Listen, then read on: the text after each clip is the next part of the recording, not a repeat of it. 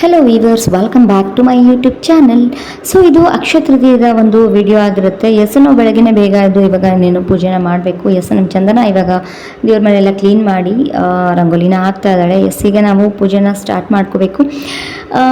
ನಾವು ಇವಾಗ ಅಕ್ಷಯ ತೃತೀಯ ದಿನ ಯಾವ ರೀತಿಯೆಲ್ಲ ಪೂಜೆ ಮಾಡಿದ್ವಿ, ಹೇಗೆ ಮಾಡ್ಬೋದು ಅನ್ನೋದ್ರ ಬಗ್ಗೆ ಒಂದು ಸಣ್ಣ ಮಾಹಿತಿನ ನಾನು ನಿಮ್ಮ ಬಳಿ ಶೇರ್ ಮಾಡ್ಕೊಳ್ತಾ ಇದ್ದೀನಿ. ನನಗೆ ಎಷ್ಟು ಗೊತ್ತೋ ಅಷ್ಟು ಮಾತ್ರ ನಾನು ಹೀಗೆ ಬೇರೆಯವ್ರ ಹತ್ರ ಕೇಳಿ ತಿಳ್ಕೊಂಡಿರೋವಂಥದ್ದು, ಕೆಲವಾರು ವೀಡಿಯೋಸ್ಗಳಲ್ಲಿ ನೋಡಿರೋವಂಥದ್ದನ್ನ ನಿಮ್ಮ ಬಳಿ ನಾನು ಶೇರ್ ಮಾಡ್ಕೋತಾ ಇದ್ದೀನಿ. ಇದರಲ್ಲಿ ನಿಮಗೂ ಕೂಡ ಕೆಲವರು ವಿಚಾರಗಳು ಗೊತ್ತಿರ್ಬೋದು, ಗೊತ್ತಿಲ್ಲದೆ ಇರ್ಬೋದು. ನನಗೆ ಗೊತ್ತಿರೋಷ್ಟು ನಾನು ಈ ವಿಡಿಯೋದಲ್ಲಿ ಶೇರ್ ಮಾಡ್ಕೊಳ್ಳೋಣ ಅಂತ ಅಂದ್ಕೊಂಡಿದ್ದೀನಿ.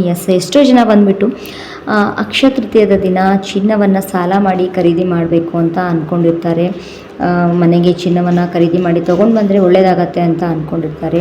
ಹೌದು, ಅದು ನಿಜ ಇರ್ಬೋದು. ಆದರೆ ಹಾಗೆ ಅದರ ಜೊತೆಗೆ ಕೆಲವಾರು ವಸ್ತುಗಳನ್ನು ತೆಗೆದುಕೊಂಡು ಬಂದು ನಾವು ಮನೆಯಲ್ಲಿ ಪೂಜೆ ಮಾಡಿದ್ರೂ ಕೂಡ ಅಷ್ಟೇ ಒಂದು ಒಳ್ಳೆಯದಾಗತ್ತೆ. ಅದು ಯಾವ ವಸ್ತುಗಳಪ್ಪ ಅಂತಂದರೆ, ನಾವು ಚಿನ್ನವನ್ನು ಖರೀದಿ ಮಾಡೋಕ್ಕೆ ಆಗದೇ ಇದ್ದ ಪಕ್ಷದಲ್ಲಿ, ನಮಗೆ ಆ ಕೆಪಾಸಿಟಿ ಇಲ್ಲದೇ ಇದ್ದ ಪಕ್ಷದಲ್ಲಿ ನಾವು ಕಲ್ಲುಪ್ಪನ್ನು ಮನೆಗೆ ಖರೀದಿ ಮಾಡಿ ತೆಗೆದುಕೊಂಡು ಬಂದು ಪೂಜೆಯನ್ನು ಮಾಡಿದ್ರೆ, ಅವತ್ತಿನ ದಿನ ನಾವು ಕಲ್ಲುಪ್ಪನ್ನು ಮನೆಗೆ ಖರೀದಿ ಮಾಡಿ ತೆಗೆದುಕೊಂಡು ಬಂದರೆ ಅದು ಕೂಡ ಅಷ್ಟೇ ಒಂದು ಫಲವನ್ನು ಕೊಡುತ್ತೆ.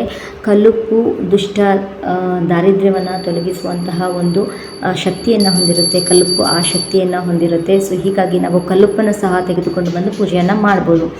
ನೆಕ್ಸ್ಟ್ ಇನ್ನೊಂದು ಬೆಳ್ಳಿಯ ಕಾಯಿನು, ಬೆಳ್ಳಿಯ ನಾಣ್ಯವನ್ನು ಖರೀದಿ ಮಾಡಿದ್ರೆ ತುಂಬಾ ಒಳ್ಳೆಯದು. ಬೆಳ್ಳಿ ಬಂದು ಒಂದು ಅದೃಷ್ಟವನ್ನು ತಂದುಕೊಡುವಂತಹ ಸಂಕೇತವಾಗಿರುತ್ತೆ. ಸೊ ಚಿನ್ನಕ್ಕಿಂತ ಬೆಳ್ಳಿ ತುಂಬ ಅಂದರೆ ತುಂಬಾ ಒಳ್ಳೆಯದು. ಹೀಗಾಗಿ ಚಿನ್ನವನ್ನು ಖರೀದಿ ಮಾಡೋಕ್ಕಾಗದೇ ಇದ್ದ ಪಕ್ಷದಲ್ಲಿ ಕಲ್ಲುಪ್ಪು ಅಥವಾ ಬೆಳ್ಳಿಯ ನಾಣ್ಯವನ್ನು ಸಹ ನಾವು ಖರೀದಿ ಮಾಡಿ ಪೂಜೆಯನ್ನು ಮಾಡ್ಬೋದಾಗತ್ತೆ. ಇನ್ನೊಂದು ಇದೆರಡೂ ಆಗದೇ ಇದ್ದ ಪಕ್ಷದಲ್ಲಿ ನಾವು ಒಂದು ಸಣ್ಣ ತುಳಸಿ ಗಿಡನೂ ಸಹ ತೆಗೆದುಕೊಂಡು ಬಂದು ನಾವು ಮನೇಲಿಟ್ಟು ಪೂಜೆಯನ್ನು ಮಾಡ್ಬೋದು. ತುಳಸಿ ಅಂತೂ ನಿಮಗೆ ಗೊತ್ತೇ ಇದೆ, ತುಳಸಿ ಎಷ್ಟು ಒಂದು ಪಾಸಿಟಿವ್ ಎನರ್ಜಿನ ಕೊಡುತ್ತೆ ಅಂತ ಹೇಳ್ಬಿಟ್ಟು ಎಲ್ಲರ ಮನೆಯಲ್ಲೂ ಸಹ ತುಳಸಿಯನ್ನು ಇಟ್ಟೇ ಇಡ್ತಾರೆ. ಸೊ ಹೀಗಾಗಿ ನಾವು ಒಂದು ತುಳಸಿ ಗಿಡನೂ ಸಹ ತಗೊಂಡು ಬಂದು ನಾವು ಖರೀದಿ ಮಾಡಿ ನಾವು ಮನೇಲಿಟ್ಟು ಸಹ ಪೂಜೆಯನ್ನು ಮಾಡ್ಬೋದು. ತುಳಸಿ ಯಾವುದರ ಸಂಕೇತ ಅನ್ನೋದು ನಿಮಗೆ ಗೊತ್ತೇ ಇರುತ್ತೆ. ತುಳಸಿ ಒಂದು ಪಾಸಿಟಿವಿಟಿ, ಅಂದರೆ ಒಂದು ಒಳ್ಳೆಯ ಎನರ್ಜಿಯನ್ನು ಕೊಡುವಂತಹ, ಪಾಸಿಟಿವ್ ಎನರ್ಜಿಯನ್ನು ಕೊಡುವಂತಹ ಸಂಕೇತವಾಗಿರುತ್ತೆ ತುಳಸಿ ಮಾತೆ.